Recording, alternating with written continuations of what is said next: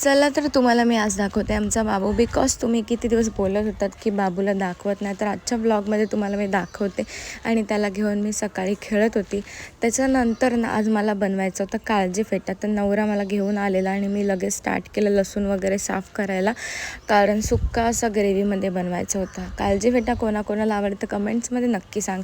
मला तर खूप जास्त आवडतो, फेटा पण आवडतो, काळजी पण आवडतो. त्याच्यानंतर जसं नवऱ्याला कुटते तशी लसूण आणि आलं दोघंजणं कुटायला लागले. मी आलं लसूण पेस्ट बनवायची होती, सो त्याच्यासाठी मी आलं लसूण आणि कोथिंबीर कुटत होती.